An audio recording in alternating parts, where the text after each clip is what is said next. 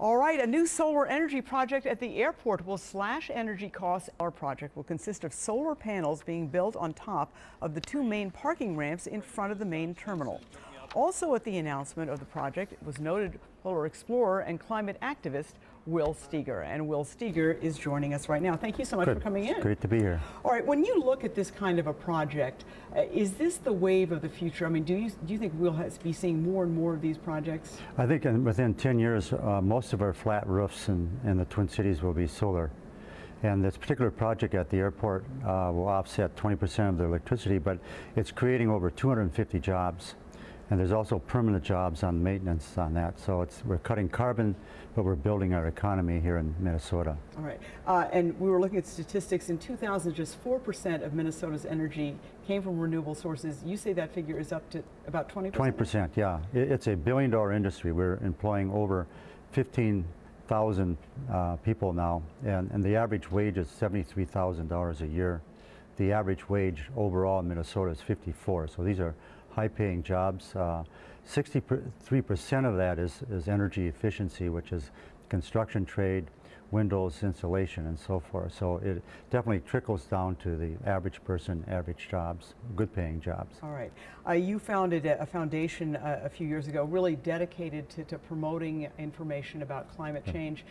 You rose to fame for your polar explorations, particularly in the 80s and early 90s. Have you gone back to some of those places, and have you seen differences? Yeah, I've come back to a lot of these places, and they're totally different.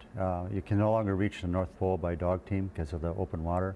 50%, which you did in 1986. 86, yeah, and 50% of that water, right now, about 40% of the Arctic Ocean is open water where it's normally frozen. There's 37,000 walruses stranded on land in Alaska. And they live on the ice to dive, and that ice is about 100 miles off the sea. I mean, just before our eyes, we're seeing all these changes. We're seeing here now locally the droughts, the weather extremes, so you no longer have to look at the Arctic for the extremes. But there's huge opportunity here of reducing our carbon, but with clean energy.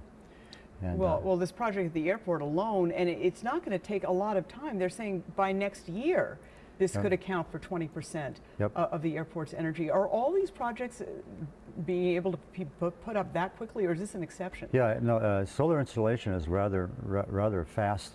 It's a real job employer, and there's other larger installations. The local company, 10K Solar out of Bloomington, makes panels. They employ 80 people now. They've sold out everything they have for 2014.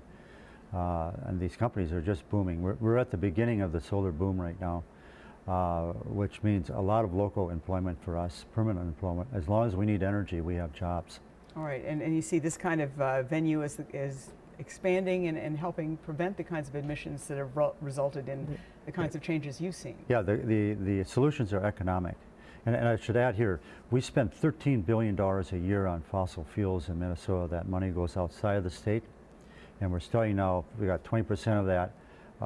Within about 20 years, we'll have 80% of that money within our state. Whenever we need energy, we're employing our people. So it's really an economic boom. It's the largest sector now in Minnesota in terms of jobs that's growing. So there's a huge opportunity of reducing the carbon and creating jobs. All right, well, Will Steger, thank you so much for coming in this morning. A pleasure to meet you. Thank you.